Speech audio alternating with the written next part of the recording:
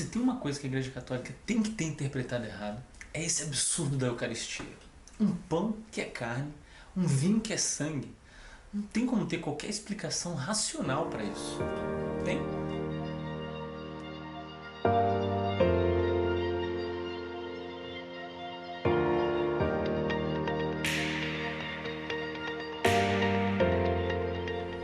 Disso não parece maluquice. Um mero homem pega insumos comuns como pão e vinho, fala algumas palavras e alega transformar aqueles insumos no corpo e sangue de Jesus Cristo. Isso é inacreditável. Por padrões estritamente científicos, isso é inacreditável. Não tem base para acreditar que isso realmente aconteça, a não ser pelo dom sobrenatural da fé. O que a Igreja Católica ensina? Ela fala que com a consagração, aquele pão e vinho perdem totalmente a substância de pão e de vinho. Ou seja, o pão não é mais pão e o vinho não é mais vinho. E se transformam 100% no corpo e sangue de Jesus Cristo, sobrando apenas a aparência de pão e a aparência de vinho. Ela ensina que não é apenas um símbolo, não é apenas uma presença espiritual de Cristo, mas é algo muito mais completo, porque entra na nossa dimensão material. A Igreja ensina que quando o católico recebe a hóstia consagrada, ele recebe Jesus Cristo não só espiritualmente, mas também materialmente. É corpo, sangue, alma e divindade. Então vamos lá. É pão e vinho, que parece pão e vinho, tem gosto de pão e vinho, debaixo do microscópio tem todas as características de pão e vinho, mas a Igreja fala que na verdade não é pão e vinho, é o corpo e sangue de Jesus Cristo. É uma ideia difícil de acreditar. De onde a Igreja tiraria uma ideia absurda dessas? De Cristo. No fim, os católicos apenas acreditam verdadeiramente no que Cristo disse, por mais maluco, absurdo que a princípio isso pareça ser. Afinal de contas, se ele falou, está falado. E Cristo falou forte no capítulo 6 de São João. Vamos atravessar esse capítulo para você entender o que a Igreja Católica quer dizer. O contexto é o seguinte: Jesus começa o capítulo fazendo um milagrezinho básico de multiplicar 5 pães e 2 peixes para 5.000 homens comerem. A multidão que está ali, vendo esse milagre, reconhece Jesus como Messias e decide então coroar ele rei à força. Jesus sai de fininho, vai para a montanha rezar e aí à noite manda mais um milagre andando sobre as águas até o barco dos discípulos. No dia seguinte a multidão acorda, não vê Jesus, resolve ir atrás dele e quando eles encontram Jesus Cristo do outro lado, ele critica a multidão falando que eles só vieram atrás dele porque comeram no dia anterior e agora querem mais pão. Aí o povo cita o milagroso maná que desceu do céu quando seus antepassados atravessavam o Egito e pede para que Cristo mostre para eles sinais para que eles acreditem nele. Aí Jesus Cristo fala que ele é o pão da vida que desceu do céu. Com esse comentário, os judeus começam a se incomodar e é um incômodo que só cresce dali para frente, ao que Jesus Cristo responde, reforçando novamente essa ideia e iniciando a história absurda de ter que comer o seu corpo. Então ele fala ali no versículo 51: Eu sou o pão vivo que desceu do céu. Se alguém comer deste pão, viverá para sempre. Este pão é a minha carne, que eu darei pela vida do mundo. E aí pronto, os judeus se escandalizam. Eles entendem literalmente que Cristo está falando de comer sua carne, e aí aquele incômodo inicial escala para outro nível. Eles respondem: Como pode este homem nos oferecer a sua carne para comermos? E aí com isso, Jesus chuta o balde. Olha a resposta dele: Eu lhes digo a verdade. Se vocês não comerem a carne do Filho do Homem e não beberem o seu sangue, não terão vida em si mesmos. Todo que come a minha carne e bebe o meu sangue tem a vida eterna, e eu o ressuscitarei no último dia. Pois a minha carne é verdadeira comida e o meu sangue é verdadeira bebida. Todo que come a minha carne e bebe o meu sangue permanece em mim e eu nele. Aí a coisa pega.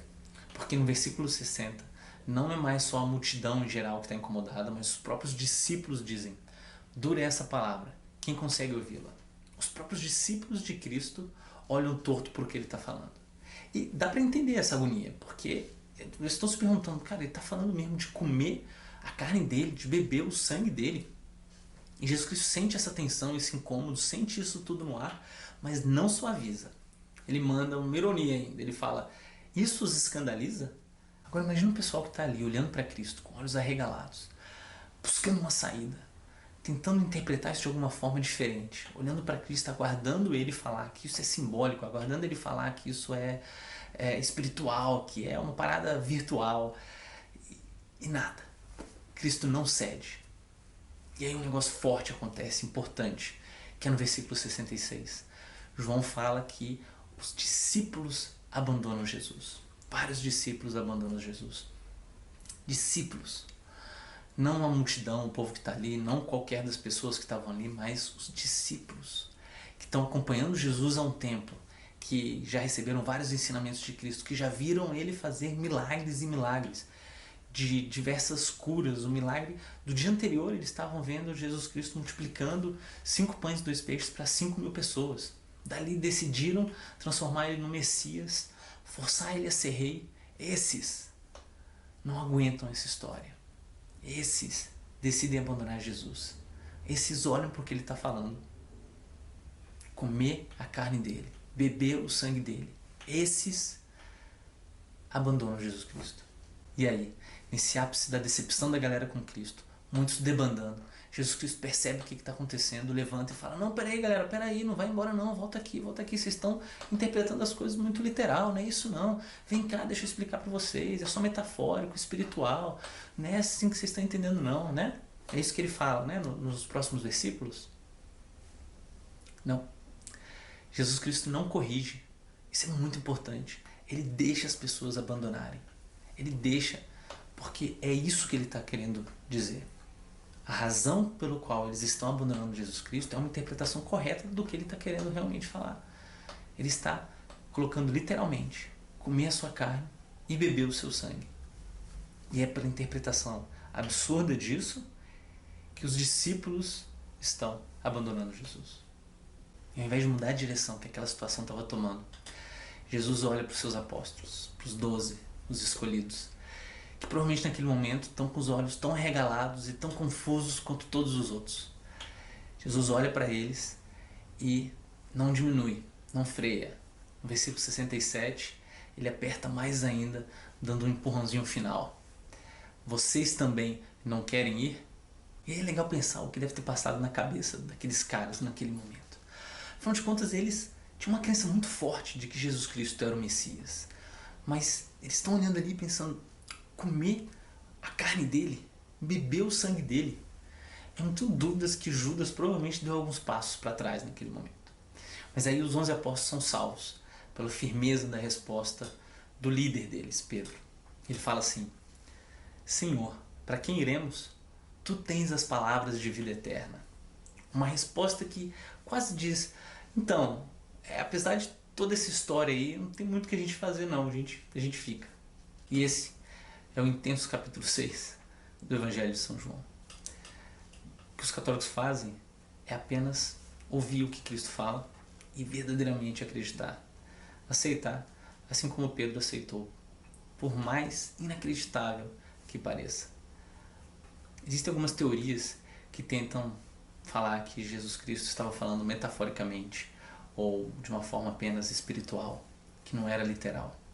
Eles falam que em diversas outras passagens Jesus Cristo se identifica como sendo a porta, ou o portão, ou a vinha, e aqui ele estaria se identificando como sendo o pão que nutre espiritualmente. Apesar de parecer uma interpretação mais confortável, ela não se sustenta quando aprofundada.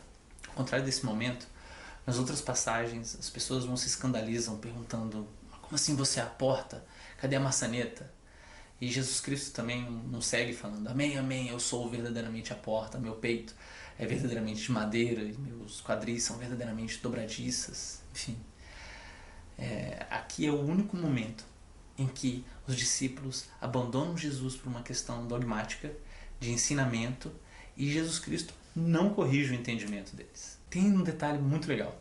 Até o versículo 53, João, nos seus escritos em grego, utiliza a palavra fago para quando Jesus fala comer. A partir de 54 para frente, João apela e muda o fago para trogo, que em grego, na verdade, não é comer, é mastigar. Então ele sai de uma palavra que traduziria para comer e vai para uma palavra que é traduzida para mastigar. Então comer poderia até talvez levar numa direção metafórica espiritual, mas mastigar é literal. Algumas teorias da interpretação simbólica citam o versículo 63, onde Jesus Cristo fala: o Espírito dá vida, a carne não produz nada que se aproveite. As palavras que eu lhe disse são Espírito e vida.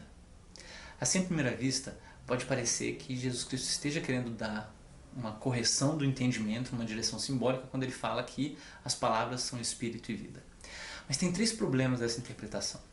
Primeiro, é que nas Escrituras, sempre que é utilizada a palavra Espírito, ela é utilizada de uma forma literal, não de uma forma simbólica e metafórica. Segundo, que aqui ele fala a carne, enquanto em todos os outros momentos é utilizado a carne dele, de Cristo. Tem uma diferença grande aí.